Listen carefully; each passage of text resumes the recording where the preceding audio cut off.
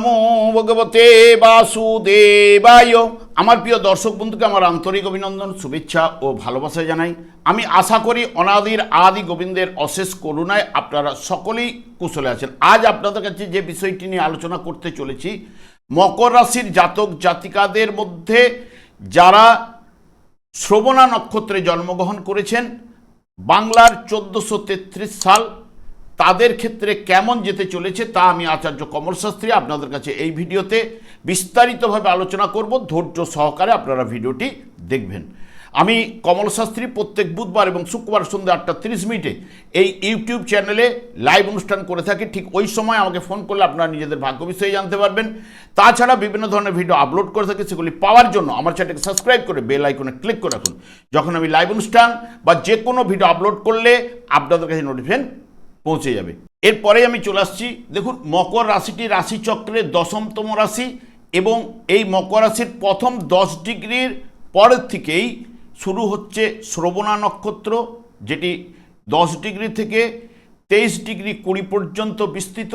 এবং মকর রাশিটি যেহেতু শনি দেবের রাশি এবং এই শ্রবণা নক্ষত্রটি হচ্ছে চন্দ্রের নক্ষত্র, তাহলে এই চন্দ্র এবং শনির কিছু না কিছু প্রভাব এই নক্ষত্রের মাধ্যমে পড়তে চলেছে বা পড়বে।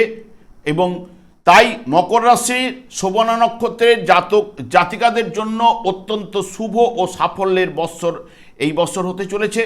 দীর্ঘদিনের পরিশ্রমের ফল এই বৎসর আপনারা পেতে চলেছেন। বৎসরের শুরু থেকে অর্থাৎ 18ই জ্যৈষ্ঠ পর্যন্ত কর্মক্ষেত্রে আপনার প্রভাব কিন্তু বাড়বে এবং আপনার পরিশ্রমের জন্য উচ্চপদস্থ ব্যক্তির নজর আপনি কিন্তু কাড়বেন। তাই পদোন্নতি বা বেতন বৃদ্ধি ঘটার প্রবল সম্ভাবনা কিন্তু থাকছে।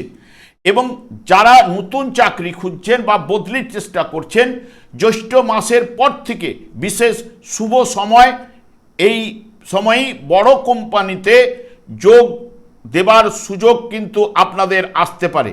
কর্মস্থলে সহকর্মীদের সাহায্য কিন্তু পাবেন, যা কঠিন কাজে আপনি সহজে সম্পন্ন করতে পারবেন। যারা নতুন ব্যবসা শুরু করতে চান বা ব্যবসার শাখা বিস্তার করতে চান, জ্যৈষ্ঠ মাসের পর থেকে বৎসরটি শুভ হবে এবং আমদানি রপ্তানির ব্যবসা সব থেকে ভালো হবে।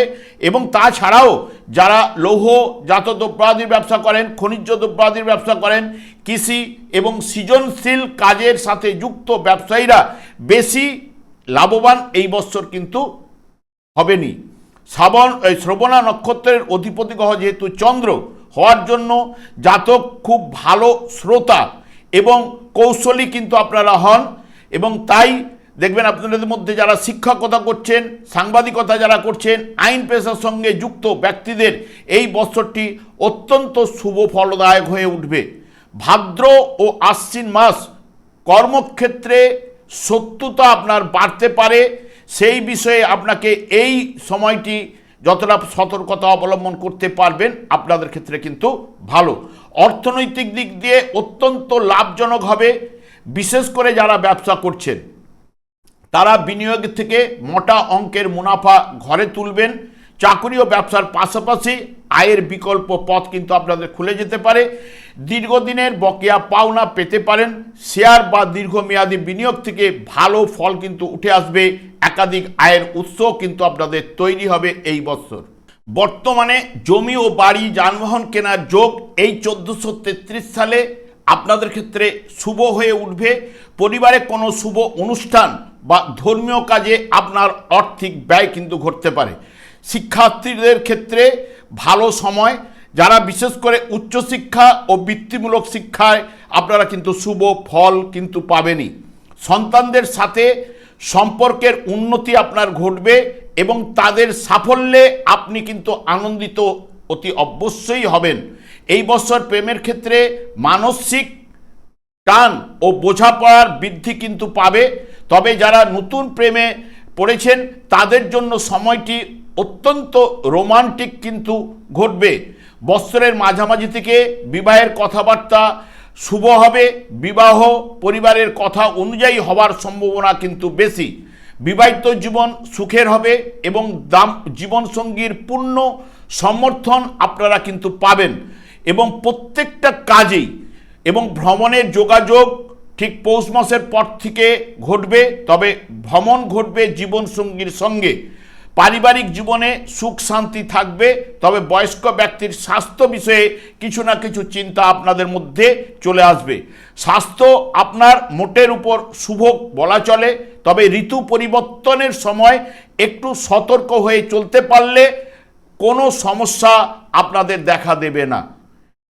আর দীর্ঘায়িত না করে আমি আচার্য কমল শাস্ত্রী প্রত্যেক বুধবার এবং শুক্রবার সন্ধে 8:30 এই ইউটিউব চ্যানেলে লাইভ অনুষ্ঠান করে থাকি।